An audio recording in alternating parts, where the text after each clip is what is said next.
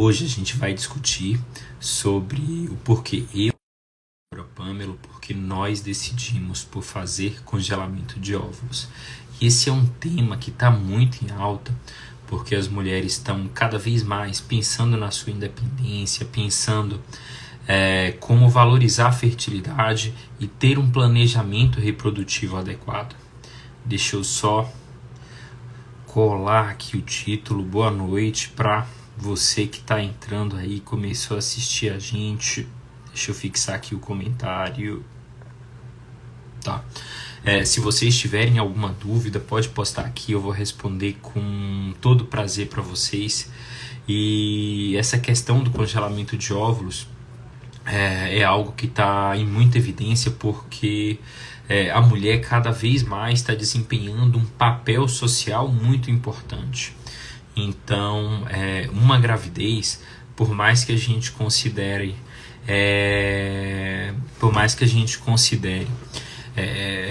algo divino, algo de Deus, algo da essência do ser humano, é algo que demanda muito da mulher.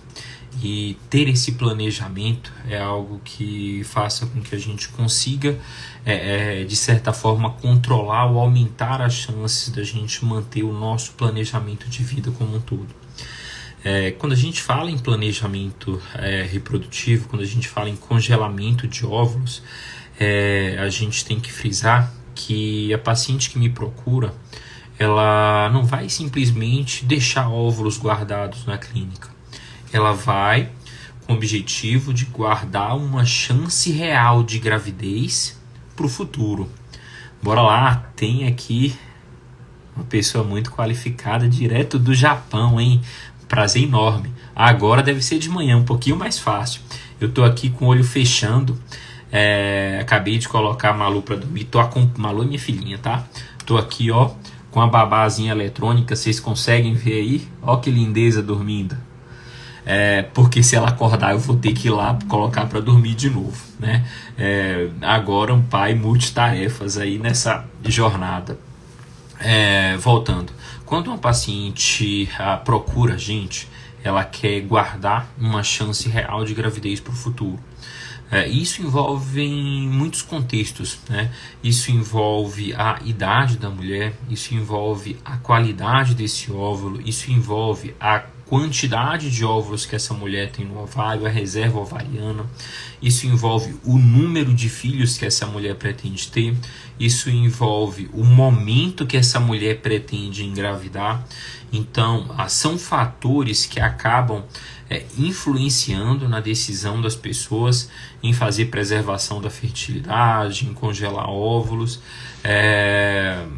E uma outra coisa que muitas pessoas às vezes não se atentam é que fazer congelamento de embrião também é uma forma de preservar a fertilidade. Então a preservação da fertilidade é algo que é muito mais amplo do que simplesmente o congelamento de óvulos. O que a gente sugere, o que a gente vai discutir um pouquinho aqui, além de falar para vocês, né, abrir com vocês uma questão pessoal, que é o porquê que nós decidimos fazer o congelamento de óvulos. O planejamento reprodutivo, ele envolve um aconselhamento. Como é que funciona esse aconselhamento reprodutivo? A gente avalia o status da fertilidade da mulher, a gente avalia o contexto dessa mulher e coloca as cartas na mesa e mostra para essa mulher, mostra para esse casal, se for o caso, as chances de gravidez que vai ter no futuro, as dificuldades que vai encontrar, se tem alguma coisa que possa reduzir chance de gravidez. Por exemplo, se a mulher tem endometriose, ela tem um potencial fator de infertilidade, né? Então lá na frente a conta pode vir. Então a gente sempre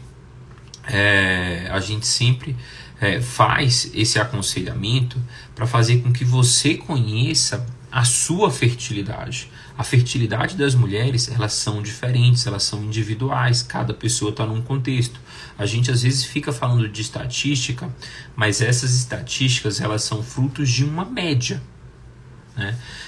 E você não é uma média, você é uma pessoa única. Então, às vezes, tem mulher que tem baixa reserva ovariana, tem mulher que tem endométrio fino, tem mulher que tem endometriose, tem mulher que tem adenomiose, tem mulher que tem hidrossalpinge, tem mulher que tem pólipo, tem mulher que tem mioma, tem mulher que engravida tomando anticoncepcional. Então, cada mulher ela tem sua peculiaridade, tem seus fatores de infertilidade. Para quem não me conhece, para quem está entrando aí, o Felipe, a Ana Paula, o Dr. Rafael Coutinho, a Tatiane, a Bruna, sejam muito bem-vindas aí, um prazer enorme ter vocês aqui. Eu sou o Dr. Murilo Oliveira, sou especialista em reprodução assistida, e recentemente eu estava conversando com a doutora Pamela, e a gente, que é minha esposa, né, falou assim, doutora Pamela, parece até que é uma pessoa distante, a Pamela. E a gente acabou optando por fazer o congelamento de óvulos dela para preservar a fertilidade dela. Para quem não conhece minha história, eu tive infertilidade, né? O principal fator era um fator masculino. Eu tentei espontaneamente por 1 ano e meio sem sucesso. Então eu vivi um pouco do que muitos de vocês vivem, que é ter cobrança exagerada de familiares, pessoas fazendo comentários inoportunos, e às vezes, por exemplo, pacientes perguntavam, doutor, você vai ter filho quando?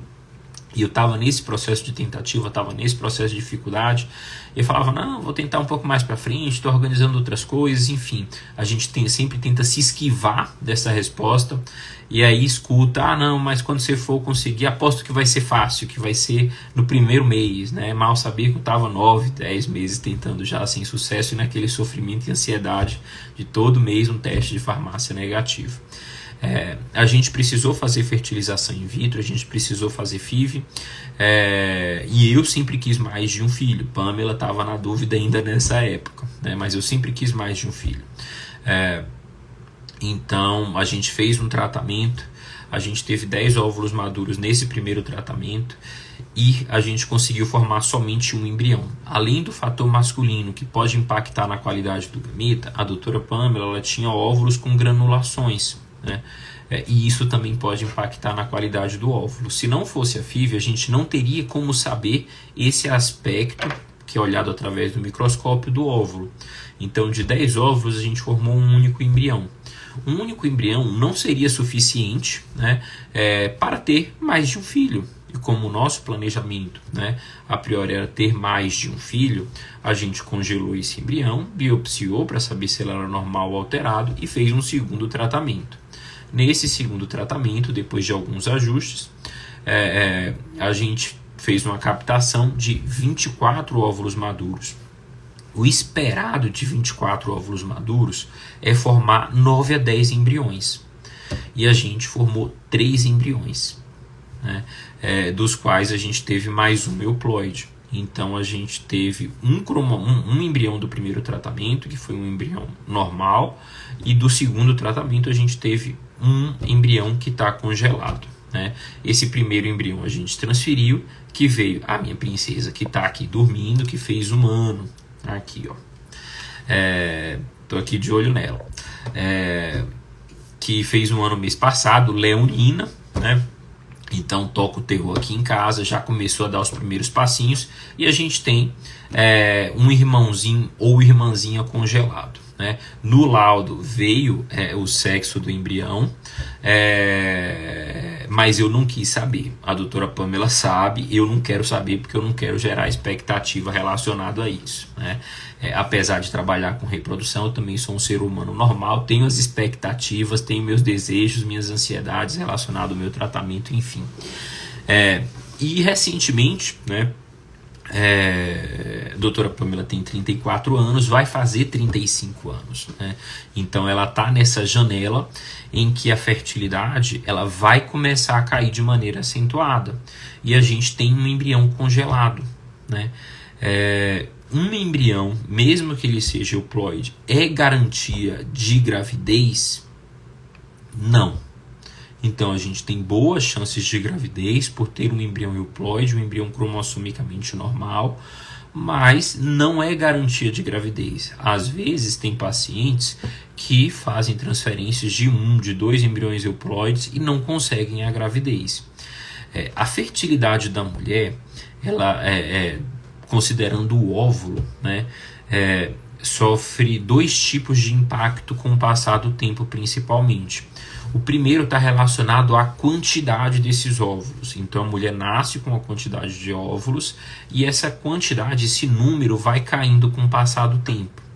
Isso independe do processo de ovulação. Então, por exemplo, a mulher nasce com 2 milhões de óvulos. Quando ela menstrua a primeira vez, ali por volta dos 12 aos 14 anos, ela só tem 400 mil. Então ela não menstruava nesse período e foi perdendo o óvulo. Então é uma perda geneticamente programada, né? Tem alguns fatores que podem acelerar essa perda. Endometriose, você pode acelerar essa perda, a indução da apoptose desses óvulos, hábitos não adequados, tabagismo, por exemplo, pacientes que fazem uso de quimioterapia para tratamento de câncer pode acelerar esse processo de perda, pacientes que fazem cirurgias ovarianas podem influenciar negativamente na reserva ovariana, né? Então tem vários fatores aí externos que podem influenciar na reserva ovariana. Além disso, existe a qualidade desses óvulos. O que é a qualidade do óvulo? É o potencial que ele tem em formar um embrião cromossomicamente normal ou cromossomicamente alterado, né? Então, com o passar do tempo, a qualidade ela é influenciada negativamente. Todo mês, a mulher ovula com um único óvulo. Então, tem o folículo dominante que cresce, ele rompe no meio do ciclo, que é o processo da ovulação, e libera o óvulo. Então, para gravidez espontânea, para chances de gravidez espontânea, o que predomina é a qualidade. Ou seja, para a gravidez espontânea, uma mulher de 30 anos que tem uma baixa quantidade de óvulos no ovário tem uma maior chance de gravidez do que uma mulher de 40 anos que tenha uma reserva, que tem uma quantidade de óvulos maior. Por quê?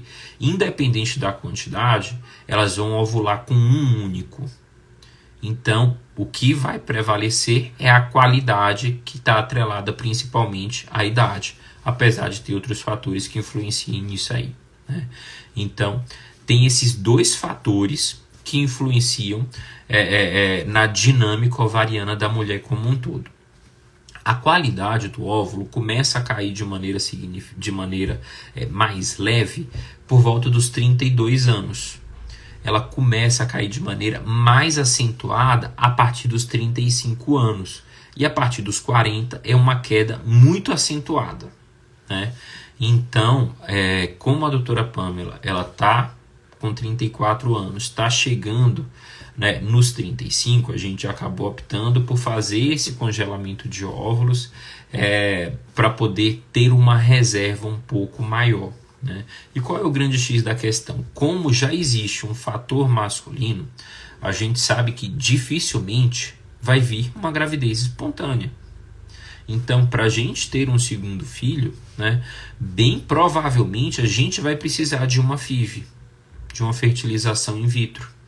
Então é melhor ter óvulos congelados, digamos assim, jovens, e caso a gente não consiga engravidar desse embriãozinho que está congelado no momento oportuno, a gente pode utilizar esses óvulos que têm uma maior qualidade. Qual o grande X da questão? Esses óvulos, eles vão dar a chance de gravidez para a gente respectivo ao momento que ele foi congelado. Por exemplo, se a gente pegar os trabalhos, quando a gente forma um embrião de uma mulher aos 34, 35 anos, a chance de gravidez utilizando esse embrião gira em torno de 40 a 45%. Quando a gente pega uma mulher de 40 anos, faz um tratamento, forma um embrião e transfere esse embrião, qual a chance de gravidez dela? Aproximadamente 20%. Se quando a gente tiver 40 anos, a gente fizer um tratamento e utilizar esses óvulos que foram congelados hoje, quando ela tinha 34 anos, a chance de gravidez é entre 40% e 45%. Então, as chances de gravidez está relacionado com o momento que a gente congela e não necessariamente com o momento que a gente vai utilizar. Mais na frente eu vou falar com você, para vocês algo que vai ser bem interessante, algo que foi implementado recentemente lá na clínica e é algo que traz uma segurança maior para as mulheres que querem fazer preservação da fertilidade, que querem fazer congelamento de óvulos. Então eu vou falar para vocês no final dessa live sobre essa ferramenta que traz informações valiosíssimas sobre o processo de congelamento. Então, assim, o nosso objetivo principal é ter óvulos com boa qualidade, né, para caso a gente não consiga uma gravidez com o nosso embrião, a gente tenha óvulos mais jovens para utilizar. Além disso, se a gente pensar, né, o segundo filho nascer um amor de pessoa desde o primeiro mês de nascimento, dormir a noite toda, a gente pode acabar pensando num terceiro filho. Hoje talvez isso não esteja em pauta, mas o futuro a Deus pertence, né? A gente não sabe como é que vai ser o dia de amanhã. Então existe essa possibilidade também. Algo que é muito interessante e que é fruto de coisas que eu discuto no consultório com os pacientes relacionado à preservação, está relacionado com a formação de embrião. Por quê? Quando a gente utiliza óvulos frescos, a gente tem um maior rendimento no laboratório. Quando a gente utiliza óvulos congelados, a gente perde um pouco desse rendimento, porque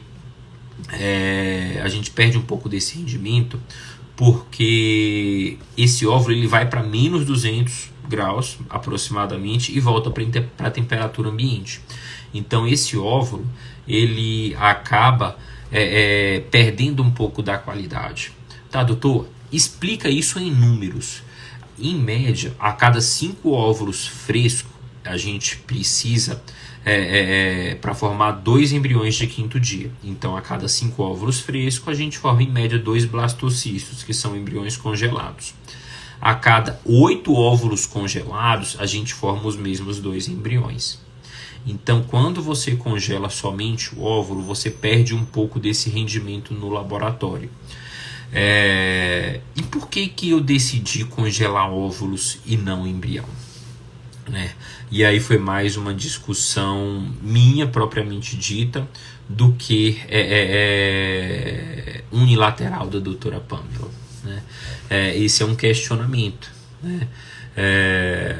Então, quando a gente congela embrião, a gente vincula esse óvulo à genética de um espermatozoide.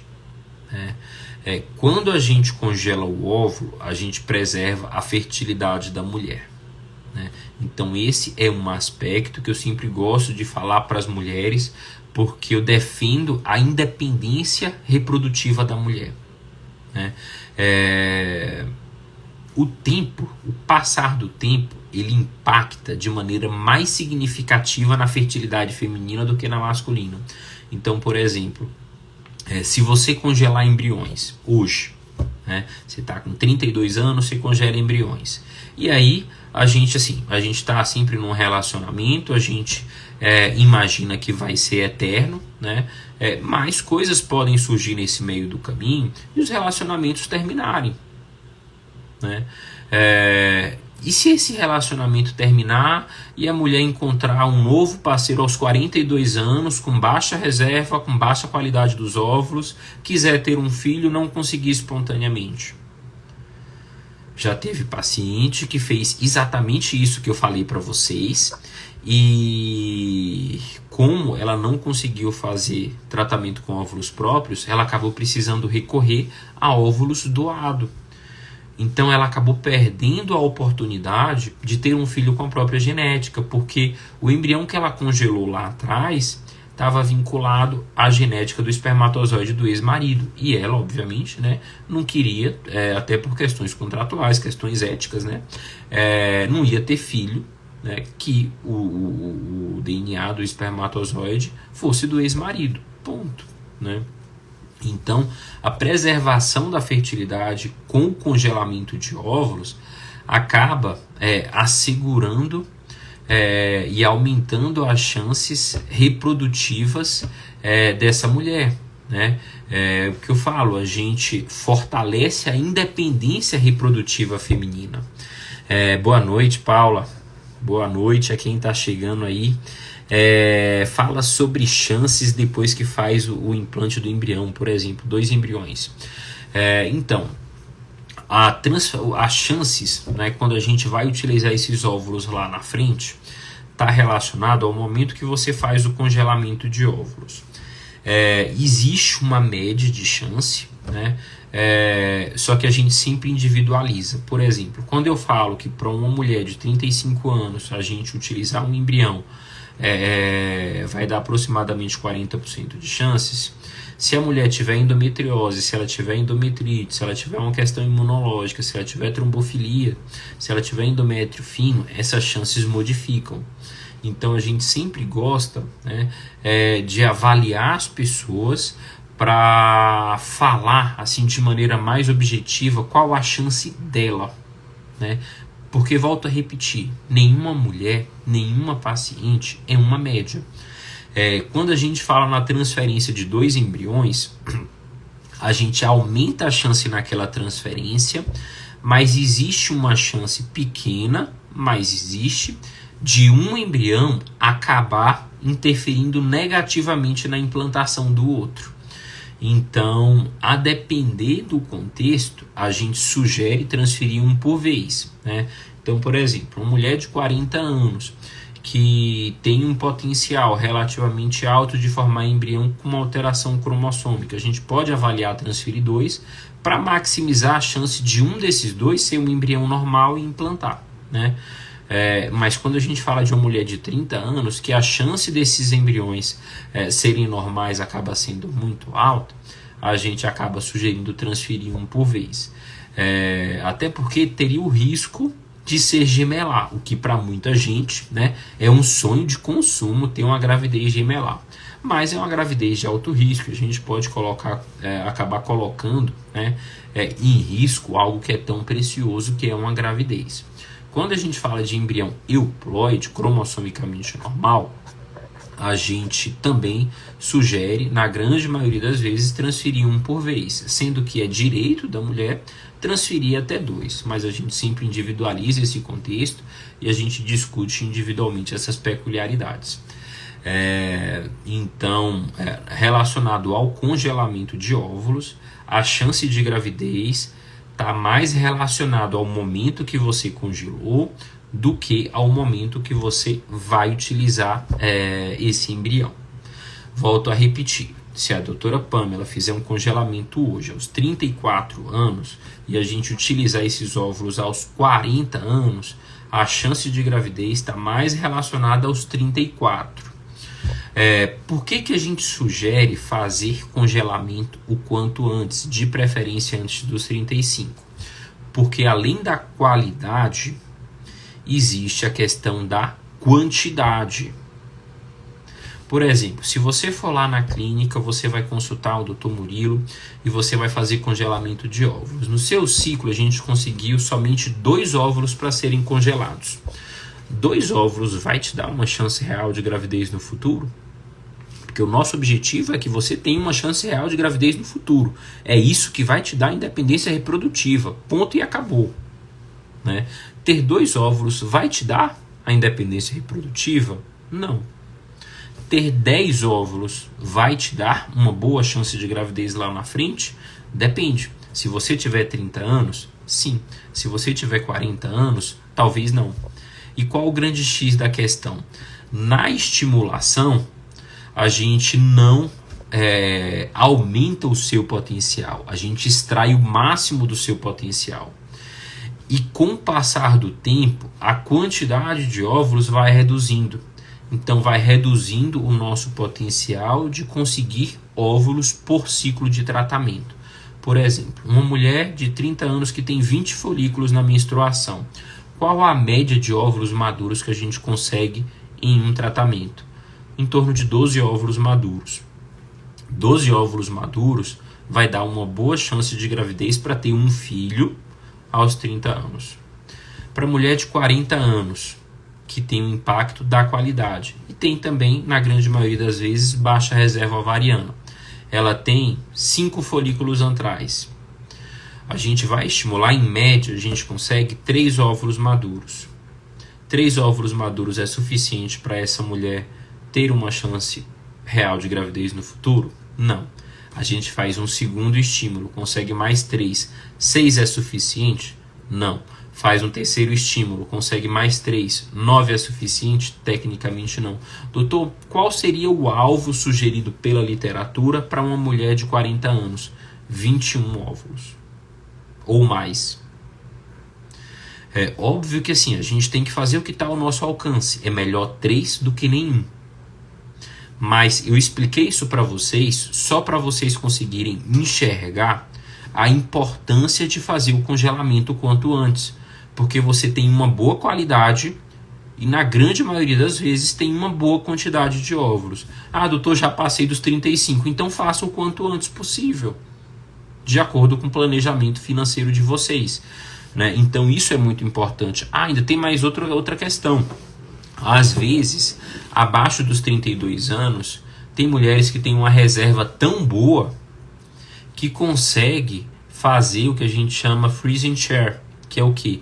Congelar óvulos, doar parte desses óvulos e, em contrapartida, a pessoa que está recebendo, a receptora, paga parte do tratamento da doadora. Então você consegue fazer um tratamento, né, principalmente se for abaixo dos 32 anos, com muito baixo custo, o que acaba sendo muito benéfico, né? Então, são aspectos que são muito relevantes, né? São aspectos que são muito relevantes. Volto a repetir, por que a gente decidiu fazer congelamento de óvulos? Primeiro aspecto, né? Porque a doutora Pamela tem 34 anos e vai fazer 35 nos próximos meses. Então a gente está fazendo congelamento em um momento que ela tem uma boa qualidade dos óvulos e tem uma boa reserva ovariana, né?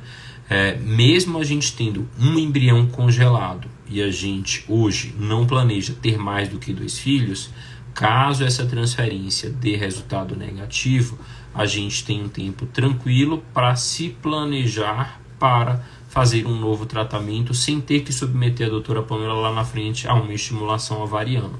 Além do mais, isso fortalece a independência reprodutiva dela, porque Deus livre e guarde, né? Volto a repetir, toda união é para ser eterna, mas a gente sabe no dia a dia que coisas podem acontecer com o passar do tempo, né? E caso a doutora Pamela e eu sigamos caminhos diferentes, ela tem a independência reprodutiva dela, e a gente sabe que o tempo ele é injusto com a mulher, principalmente. Então, um homem de 40 anos, se não tiver problema na fertilidade, ele tem o potencial de engravidar uma pessoa, uma mulher, né? Mas uma mulher acima dos 40 anos, por mais que esteja tudo certo, né, a qualidade do óvulo é uma barreira, é um obstáculo nesse contexto reprodutivo. Por exemplo, metade das mulheres com 42 anos não vão conseguir ter filho com óvulos próprios, nem se fizer FIV, nem se fizer fertilização in vitro. Por quê? Pela qualidade. A qualidade impacta muito, né? Então, é algo que é muito delicado a ser discutido. Enquanto que se você não conseguir engravidar com 42, 43 anos e congelou óvulos com 30 anos, você, entre aspas, doa seus óvulos para você mesma. Então você tem a oportunidade de ter um filho com a própria genética, né, quando você deixa esses óvulos congelados. E eu costumo falar que isso é um seguro da fertilidade. Quando você tem um seguro de carro, quando você tem um plano de saúde, o objetivo é não utilizar. Mas se você precisar, ele está lá. Então, quando a gente faz o congelamento de óvulos, a ideia não é utilizar, né? A ideia é você utilizar se tiver dificuldade, né? Eu fiz um antimileriano que deu 2,5, nossa, ótimo, né? Tem 42 anos, você, Tati, é um ponto fora da curva, tá? Por quê? Geralmente mulheres com 42 anos têm baixa reserva ovariana. Esse é o normal. Então, pelo antimileriano, né, você está com uma reserva acima da média para a sua idade, né? Mas é importante você fazer esse aconselhamento reprodutivo, porque pela qualidade a gente vai precisar compensar isso com quantidade de óvulos congelados. Por exemplo, 85% de todos os embriões formados em mulheres aos 42 anos tem alteração cromossômica. Então, para você ter um embrião normal, cromossomicamente euploide, se você seguir a estatística, você precisa formar em média 5 embriões. Para formar 5 embriões oriundo de óvulos congelados, você precisaria ter 20 óvulos congelados, para você ter talvez uma chance real de gravidez de um embrião euploide. Então, é muito importante você correr nesse processo, né? Ter um autoconhecimento com informações precisas para que você consiga, né, ter a sua independência reprodutiva, tá? Quando é indicado ovorrecepção? Ovorrecepção a gente indica quando a mulher não consegue produzir óvulos em quantidade e qualidade suficiente para engravidar. Então, por exemplo, já tive paciente de 30 a 32 anos que tinha baixa reserva, que fez um tratamento, não formou embrião, fez 2 tratamentos, não formou embrião, fez 3 tratamentos, não conseguiu formar embrião. Ou seja, ela não estava conseguindo ter uma produção de óvulos suficiente para formar embrião e engravidar. Uma mulher menopausada que não produz óvulos tem indicação de ovorrecepção, né? Então, no geral, né, a definição das mulheres que precisam de ovorrecepção são aquelas mulheres que não conseguem ter uma produção adequada de óvulos em qualidade. A doutora Ilô é uma parceira nutróloga, temos muitos casos de sucesso aí, né? Apesar da gente estar aqui em Brasília, ela é lá da Bahia, a gente tem uma parceria, tem muitos pacientes que a gente acompanha em comum. A doutora Ilô é nutróloga, mas ela é voltada para essa área da fertilidade. Então, é um trabalho muito bom que a gente faz conjunto aí de sucesso. A idade interfere na quantidade mínima de óvulos para guardar? Sim, a resposta é interfere sim, né? Por quê? Porque depende da qualidade, e o principal marcador de qualidade é a idade. Óbvio que tem outras coisas. Então, assim, tem endometriose, que é uma coisa que pode influenciar negativamente na fertilidade. A gente tende a sugerir ter mais óvulos. É importante também, né, já que a doutora Ilô soltou esse gatilho aí, a gente mencionar 2 coisas. E essa segunda vai ser a surpresa que eu prometi lá no início, tá? A primeira coisa, não é só ir na clínica fazer o congelamento. Se você chegar numa clínica e a pessoa falar assim, não, bora fazer o congelamento agora, caia fora. A gente tem que fazer a otimização da fertilidade para tentar retirar fatores que impactem negativamente, fazer suplementação, às vezes com potencial anti-inflamatório e antioxidante, para guardar esses óvulos com a melhor qualidade possível. Então, é importante você retirar fatores modificáveis que influenciam negativamente na fertilidade, porque fazer tratamento só por fazer, assim, desculpa, tem chance alta de você jogar dinheiro na lata do lixo e ter a falsa segurança de que você está com seus, entre aspas, filhos lá guardadinho. Então a gente tem que fazer esse processo de otimização, ver se está tudo bem com a fertilidade, ver se tem algo que a gente possa fazer para maximizar as chances de ter bons óvulos no tratamento, né? Afinal, qualidade também interessa. Recentemente a gente implementou lá na clínica uma ferramenta que é o Future Fertility, o Violet, né? Que é uma inteligência artificial que faz uma análise dos óvulos e dá um percentual de chance desse óvulo formar um bom embrião lá na frente. E por que que isso é algo que é extremamente inovador na área de reprodução, né? Porque ele se mostrou superior à idade para estimar a qualidade do óvulo. Então, essa ferramenta ela é tão sensacional, assim, eu comecei a utilizar e estou extremamente encantado, porque a gente consegue ter uma transparência maior com os pacientes. Isso que a gente fala, né, relacionado à idade, à quantidade, é baseado numa média. E eu sempre defendi que você não é uma média. Você é um ser único, né? Tem mulheres, por exemplo, de 32 anos, de 30 anos, que faz um tratamento e tem uma evolução laboratorial muito abaixo do esperado, né? Então, isso traz muitas incertezas para a gente. Quando a gente utiliza essa ferramenta que estima a qualidade do óvulo e tem um valor preditivo maior do que a idade, a gente consegue dizer para essa mulher exatamente o que ela tem guardado. Então eu consigo falar, você teve 10 óvulos, desses 10 óvulos, 4 foram de muita boa qualidade, 6 foram de uma qualidade um pouco mais delicada.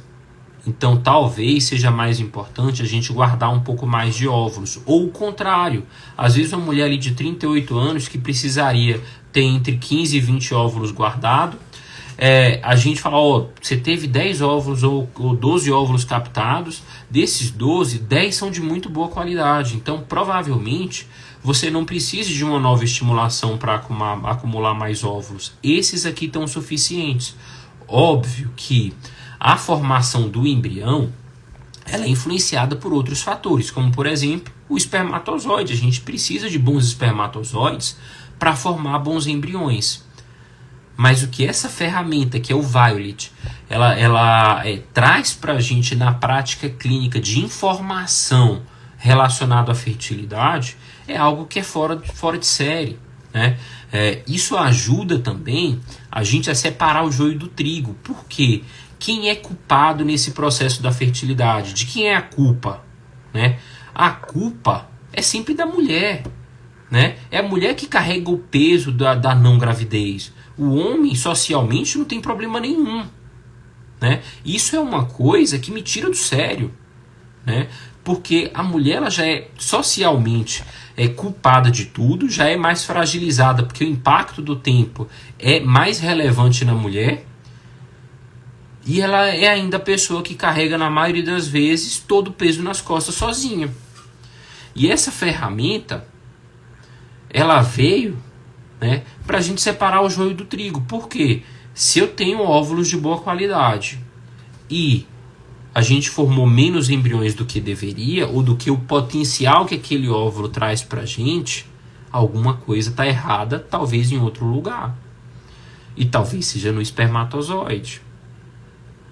E ao invés de indicar nesses casos ovorecepção, a gente pode avaliar substituir o espermatozoide.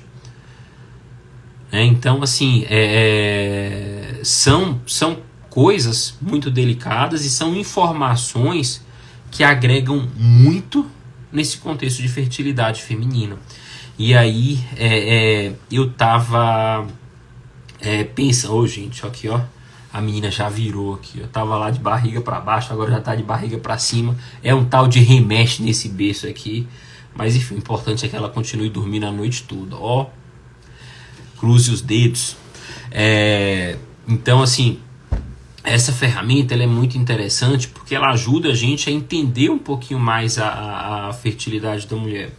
E eu estava discutindo com a doutora Pamela, né, justamente assim, conta, não conta, porque querendo ou não, essas questões que envolvem gravidez, que envolvem procedimentos, são coisas pessoais, né? E a gente sabe que às vezes o tratamento vai abaixo do esperado, ele vai, enfim, nem sempre as coisas vão do jeito que a gente pensa, do jeito que a gente planeja. Então, eu fiquei pensando, né? Vou falar sobre isso, não vou falar depois. E a gente resolveu, né, falar logo, né, e compartilhar isso com vocês, porque isso mostra que a gente também, mesmo sendo profissionais da área, mesmo sendo pessoas especializadas, mesmo fazendo tudo que a literatura recomenda, nós também somos gente, nós somos pessoas vulneráveis, nós somos pessoas que têm sentimento, que sofrem com o processo, que fica ansioso. Então, a gente resolveu expor isso como uma forma de mostrar para vocês, né, o que está levando a gente a decidir isso, e que isso seja um motivador para que vocês possam decidir sobre o futuro reprodutivo de vocês, para que vocês possam, às vezes, ter uma visão diferente do que é abordado no consultório. Muitas de vocês, às vezes, vão no ginecologista, às vezes vão em profissionais de reprodução que têm uma comunicação um pouco mais restrita e não abre, né, esse leque de informação para vocês de maneira assim clara, de maneira objetiva. Então é muito importante para que vocês consigam fazer um investimento, né, que seja seguro, fazer um investimento consciente, em que vocês saibam em que terreno vocês estão pisando, né? Então hoje eu não deixaria de perguntar sobre essa ferramenta que é o Violet, né? Violet, né? Que faz parte do Future Fertility. Tem uma outra ferramenta para embrião também, que é o Magenta, né? Então a gente tem associado a inteligência artificial nos nossos tratamentos, e isso tem dado assim, uma transparência muito grande nos tratamentos, tem dado respostas nos tratamentos. Isso é muito bom, porque você chegar de frente para um paciente e falar assim, não deu certo, pode ser o embrião, pode ser aquilo, é muito vago. Onde é que estava o problema? Estava no óvulo, estava no espermatozoide, estava no endométrio. Então, quanto mais preciso a gente for, mais a gente consegue concentrar nossas energias para fazer o tratamento dar certo, para encontrar o problema, corrigir o problema e fazer o negócio funcionar, né? Então, a gente decidiu compartilhar isso com vocês.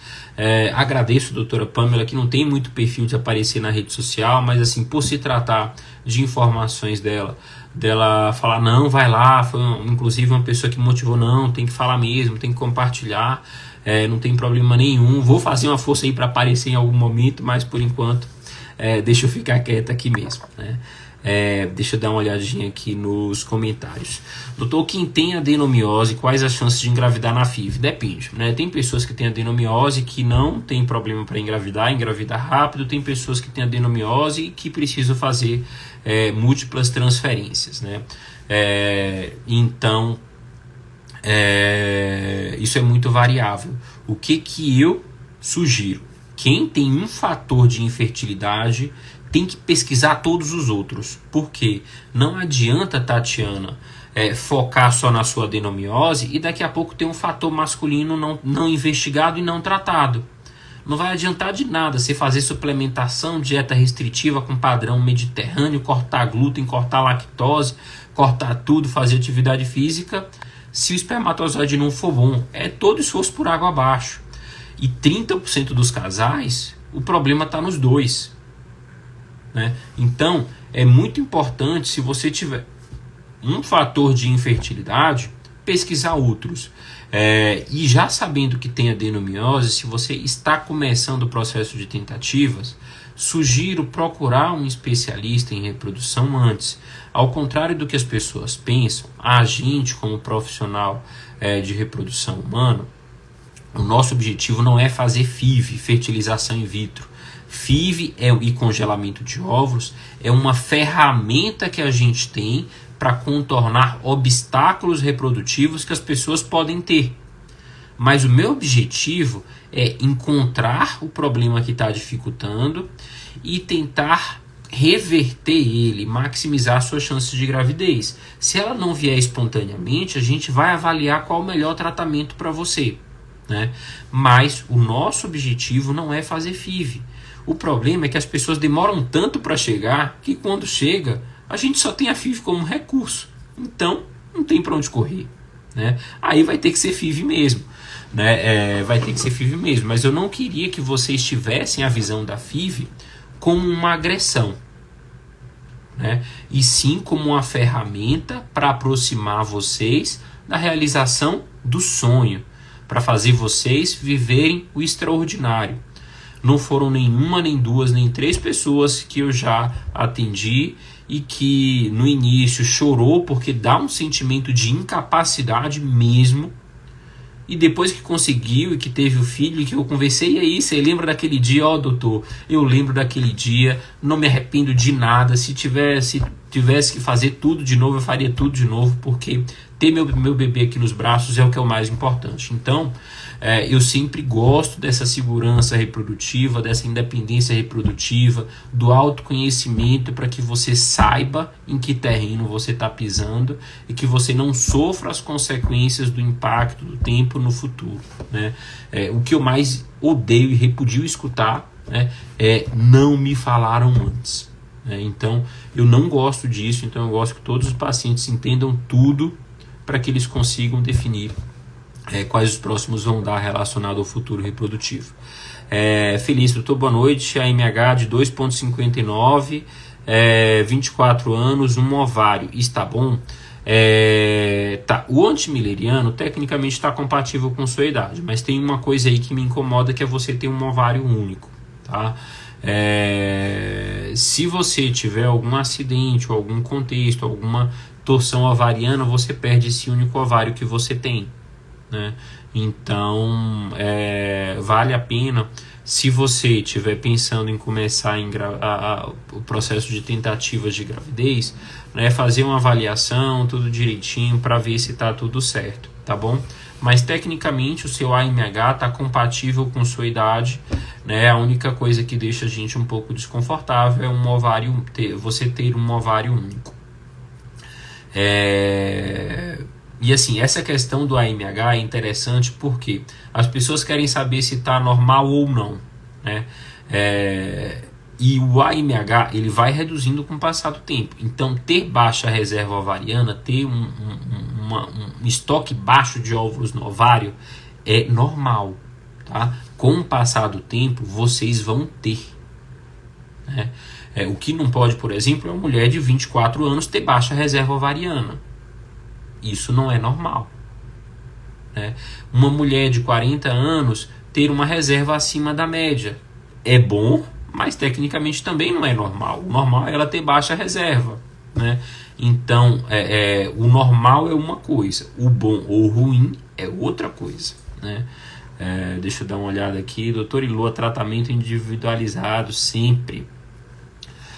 Meu TSH só vive entre 0,1 e 0,15. Essa quantidade de óvulos que... Tecnicamente, seu TSH está um pouco abaixo do que deveria, né? A gente tem que investigar a causa disso para saber como reverter. Ter a tireoide com funcionamento acima do esperado ou abaixo do esperado é negativo para um contexto de gravidez, né? Sendo que relacionado ao abortamento, se o TSH estiver alto, mas ter um TSH baixo, pode ser consequência de alguma doença ou de uma reposição hormonal inadequada, e a gente vai ter que manejar isso antes de um contexto de gravidez. Isso que eu falei é muito sensível para homem assim, tá? Geralmente eu converso primeiramente com a mulher, né? Porque eu acho que é direito da mulher ter informação relacionada a isso, né? E assim, já cheguei a conversar algumas vezes na frente do parceiro, o parceiro não gostou. Assim, o que eu tenho para dizer, me desculpe, né? Mas eu tô aqui como profissional para alertar as pessoas sobre os problemas que elas podem ter no futuro, e esse é um deles. Eu acho inclusive muito egoísmo, né? Porque, volto a repetir, com 45 anos, um homem, se não tiver problema na fertilidade, consegue tranquilamente engravidar uma mulher, mas dificilmente uma mulher de 45 anos vai conseguir uma gravidez, né? Então, mais uma vez, eu luto sempre pela independência reprodutiva da mulher. No meu caso tem fator masculino também. O fator masculino que o fator masculino que assola a gente é uma coisa que posso falar de causa própria, né? É algo que afeta muito o nosso ego, né? Afeta ego, afeta masculinidade, a gente, enfim, né? Digamos que a mulher, já é esperado que o problema seja na mulher, então quando vem no homem, pega a gente de surpresa e o impacto ele é significativo, ele é grande. Tem o mioma, qual a chance de gravidez? Então, depende do tamanho e da localização do mioma. O que alguns trabalhos mostram, né? Quem tem mioma tem uma chance menor de gravidez. Mas o mioma em que essa redução na chance é reversível é aquele mioma que modifica a parte interna do útero. Esse tem que ser tirado. Fora isso, a gente avalia retirar miomas que são maiores do que 5 centímetros ou que possam impactar negativamente no contexto do parto, né? Então, às vezes tem um mioma que está ali no lugar da cesariana, né? Isso pode dar problema no parto. Às vezes tem miomas grandes que ficam em regiões mais baixas e que podem dificultar a saída do bebê no trabalho de parto normal. Esses miomas a gente tende a sugerir a retirar antes. Elaine, meus hormônios deram normais, médico pediu 6 meses, tenho 37 anos. Que acontece, né?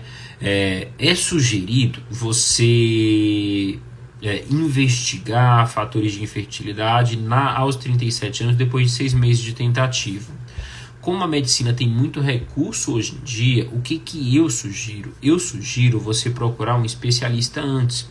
Tem alguns exames e algumas investigações simples que a gente pode fazer e evitar sofrimento em você. Por exemplo, fazer uma avaliação com espermograma, espermocultura do seu parceiro em um local que seja fidedigno. Por quê? Eu vejo muitos laboratórios, principalmente laboratórios generalistas, que não utilizam critérios atuais de avaliação de espermograma. Então, às vezes você faz nesses laboratórios aleatórios, não conhece por não trabalhar com isso, às vezes pelo seu médico não ter tanta prática nesse contexto, e tem a falsa impressão de que está tudo bem. Por exemplo, meu espermograma em laboratório generalista era normal. Quando eu fiz no nosso serviço, ele deu alterado. Quando eu repeti 3 meses depois, ele continuou alterado. Então eu fiquei 1 ano e 6 meses com a falsa impressão de que estava tudo bem comigo. Só que na verdade não estava. Por que eu não fiz logo de cara no serviço? Porque eu fiquei com medo de preconceito. Se algum profissional que quer que seja, ignorância, tá? Pelo amor de Deus, estou aqui abrindo meu coração com vocês. Mas tinha na cabeça que se uma pessoa, um profissional, um funcionário visse que tinha alguma alteração em um espermograma, que eu ia ser mal visto, que as pessoas iam ficar pensando coisas, então assim, preconceito relacionado à questão de masculinidade mesmo.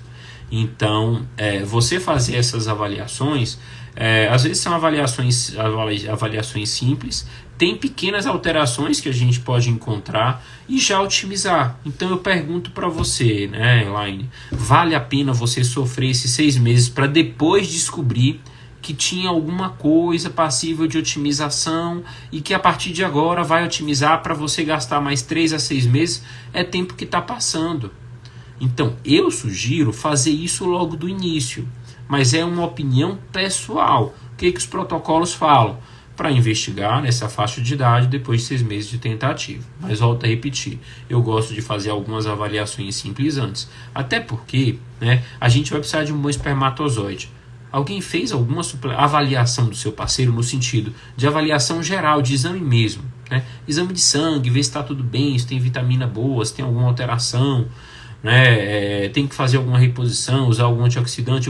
Eu sei que você parou de beber. Se você fumar, você parou de fumar. Talvez você esteja fazendo atividade física, está usando aí ácido fólico, está usando polivitamínico. Eu sei, mas seu marido, E para ter uma gravidez saudável, para ter um bom embrião, a gente precisa também de um bom espermatozoide, ponto.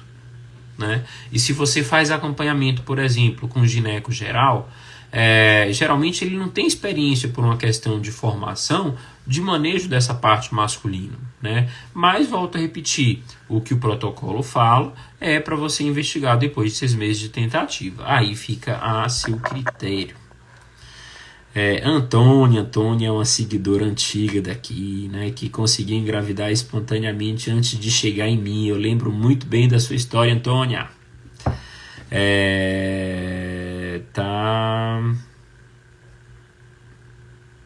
Pois é, essa questão da tireoide é fundamental, porque na gravidez, já que você não tem tireoide, tem que ficar muito atento ao TSH, porque na gravidez o TSH sobe, então ele tem que ficar no nível com uma margem de segurança para não impactar na sua fertilidade. Tá.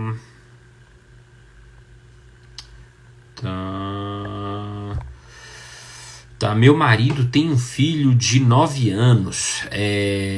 Ter filho não é um atestado de fertilidade, né? Tem doenças que podem aparecer com o passar do tempo, né? Eu já vi também pessoas com fator masculino grave conseguir uma gravidez espontânea, né? Então, às vezes milagres acontecem. Digamos assim, se você ganhou na Mega Sena, hoje não quer dizer que você vai ganhar de novo com facilidade, né? Então eu não sei se essa filha ou filho do seu marido, né, foi uma sorte, ou se apareceu alguma doença aí com o passar do tempo que pode ter afetado negativamente, né? Idade também importa para o homem, tá? Então não é só para a mulher, só que o impacto na mulher é maior, né? Tabagismo, ingestão de bebida alcoólica é uma coisa que influencia negativamente também, né? Óbvio que assim, tem pessoas que isso não vai influenciar, mas tem outras pessoas que isso às vezes é a peça do quebra-cabeça que pode estar faltando para a gravidez acontecer e ir para frente, né? Então, quando a gente vê, por exemplo, muitos casais que têm filho com autismo, essas coisas, pode estar relacionado a um comportamento masculino, né? Então tem muita coisa aí e muitos tabus, né, que a gente tem que quebrar para chegar nessa avaliação e nesse processo de otimização da fertilidade. Quais alterações mais comuns no espermograma que apontam problema de infertilidade masculina? Então tem diversos, né? Há problemas na concentração, na motilidade, na morfologia, na vitalidade, né? O volume ejaculado às vezes pode influenciar, mas mais do que isso, né? Às vezes tem alguns testes dinâmicos que a gente faz para avaliar o espermatozoide na prática. Então, por exemplo, não adianta de nada você ter no espermograma concentração, morfologia e vitalidade tudo normal, se quando a gente avalia o potencial dos espermatozoides em chegar até a trompa para encontrar o óvulo, se não for em boa concentração e se ele não sobreviver por muito tempo, né? Então a gente avalia também alguns fatores dinâmicos. Tem pacientes, por exemplo, que tem tudo normal, inclusive esses fatores, mas às vezes tem muito espermatozoide com o DNA fragmentado, muito fragmentado, né? Isso está relacionado com a estimativa da qualidade do espermatozoide. Isso está relacionado com abortamento de repetição, com falha de implantação recorrente, né? Então são coisas que impactam negativamente na fertilidade como um todo. Gente, bora lá, né? Além da Malu tá dormindo aqui, graças a Deus, deixa eu ligar aqui, tá dormindo, continua lá. Para quem entrou aí, e agora TDAH, uma queridíssima, a Bianca aqui, ó, Bianca, a criancinha dormindo, ó. Depois eu te dou os bizu aí, viu? De botar a criança para dormir e vir de noite fazer live aí. Uma amiga querida, queridíssima aí, que faz diversas lives sobre TDAH.